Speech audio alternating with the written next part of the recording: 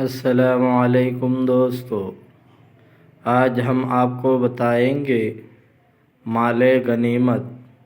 شیخ ابو عبداللہ کرشی رضی اللہ تعالیٰ عنہ سے مروی ہے، فرماتے ہیں کہ دنیا کی آخری صورت جو میں نے دیکھی وہ یہ تھی کہ ایک خوبصورت نوجوان عورت کی شکل میں میری مسجد میں جھاڑو لیے ہوئے آئی اور مسجد میں جھاڑو دینے لگی۔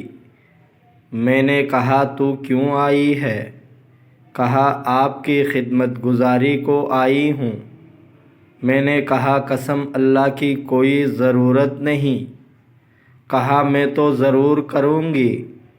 میں نے اپنے عصا دکھایا اور مارنے کا ارادہ کیا تو وہ بڑھیا بن گئی اور مسجد میں جھاڑو دینے لگی۔ پھر جب میں غافل ہوا تو وہ پھر اسی پہلی شکل پر آ گئی۔ میں اٹھ کھڑا ہوا تاکہ اسے باہر نکال دوں، پھر بوڑھیا بن گئی۔ ضعیفہ پر میں نے رحم کیا، پھر میں نے غافل ہوا تو وہ پھر جوان بن گئی۔ اب کہ میں اس پر بہت خفا ہوا اور اس سے پریشان ہوا۔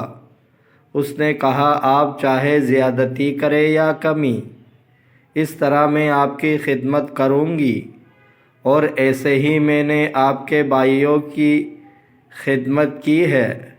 اس دن سے کسی سبب دنیاوی میں مجھے تکلیف نہ ہوئی۔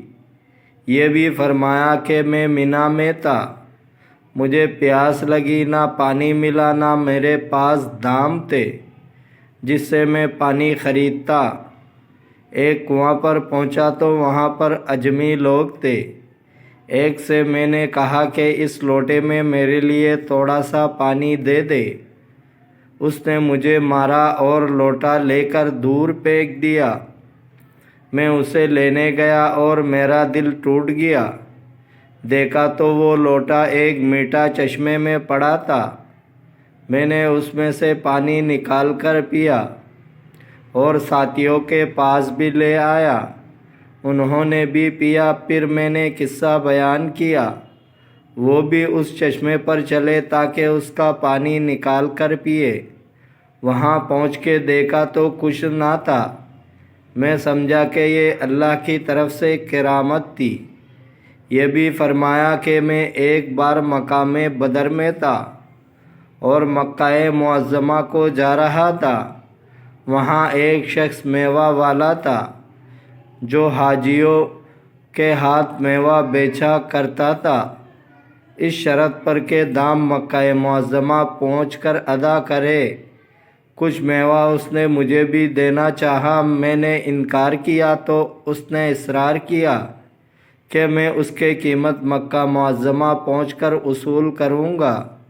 اگر تم اس سے پہلے مر جاؤ تو تمہیں معاف ہے، اور مجھے چپٹا رہا حتیٰ کہ میں نے بھی اسے خریدا۔ اتفاق سے اسے ہم سے پہلے جانے کی ضرورت ہوئی اور اس نے مجھ سے دام مانگے۔ میں نے کہا میرے پاس تو کچھ نہیں ہے، اور تو نے کہا تھا کہ مکہ چل کر دام لوں گا۔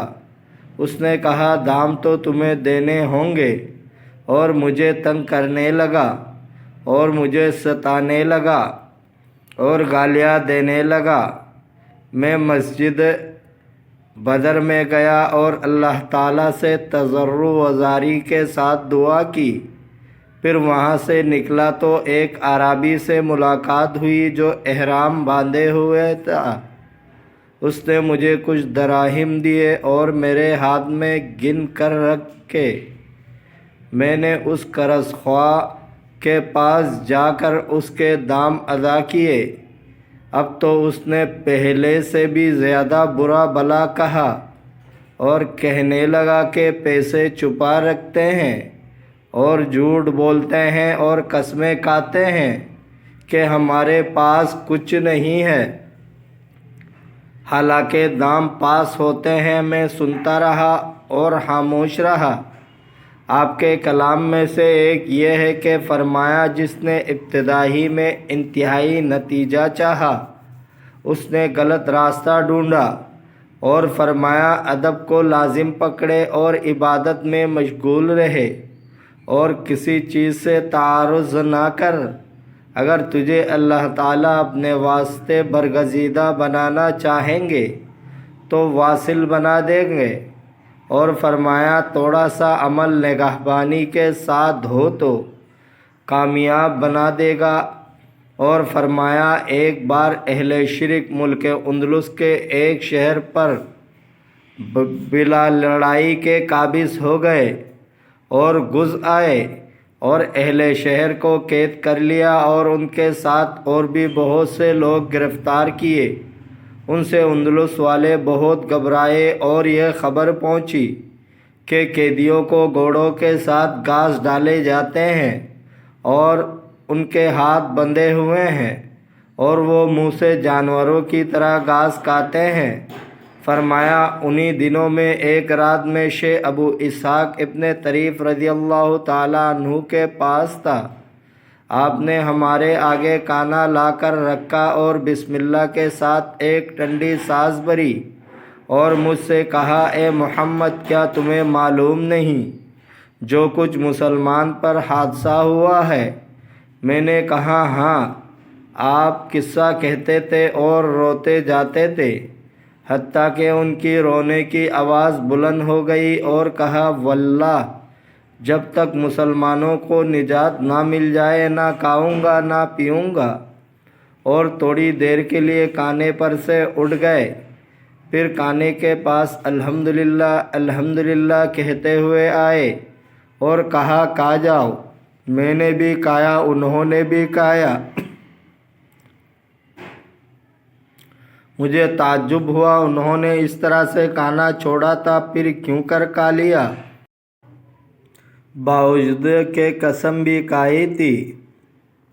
پھر ہمیں خبر ملی کہ جس وقت شیخ نے کلام کیا تھا اسی وقت نصارہ نے ایک دھماکہ سنا جس سے وہ یہ سمجھے کہ مسلمانوں کی فوج پہنچ گئی اور اپنے گھوڑوں پر سوار ہو کر جان بچا کر بھاگ گئے اور مال غنیمت اور قیدی چھوڑ گئے۔ اللہ نے ان کے ہاتھوں سے مسلمانوں کو بلا رنج و نکب و جنگ کے نجات دی، پھر وہ قیدی چھوٹ کر مال غنیمت لے کر مسلمانوں کے شہروں میں آ گئے۔ والحمدللہ رب العالمین۔ دوستو، اگر آپ کو ویڈیو اچھی لگی ہے تو لائک کرے، شیئر کرے، چینل کو سبسکرائب کرے۔ اپنا بہت سارا خیال رکھیے گا۔ ملتے ہیں اگلے ویڈیو میں۔ اللہ حافظ۔